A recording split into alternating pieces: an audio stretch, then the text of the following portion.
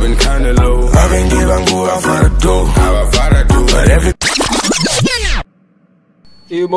Makadini muri ya Zimbabwe musasotibeka kusubscribe muona mamwe mashows naso tine munhu atishanyira anonzi iye Holy 10 Oyo ndofunga mangozvinzira kuti tinaye mukomana wewoyo Mr.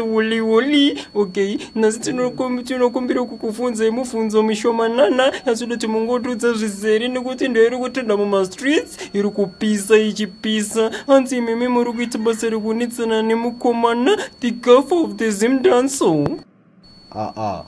handingati ndiri kunetsana naye, ndiya kutonetsa inini.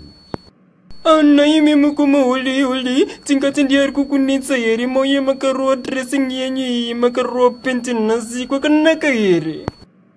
Aiwa kufamba nependika kuda kurasisa mamero vanagafa vanofungidzira kuti pamwe ndakafa vasingade futi kurova bhavha.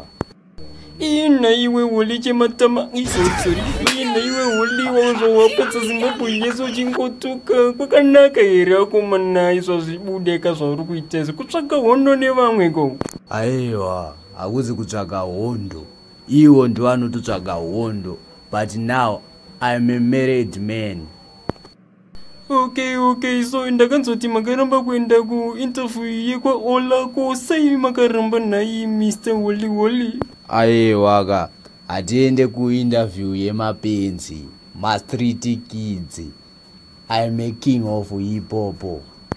Mr. Holy, kana makuti kwemapenzi makutirei kutoroti vese vakaenda ikoko mapenzeri vana maikoro nevamwe vese mukutiedza kuti mapenzeri Mr. Holy ve king of mapopo vamataura izvozvo.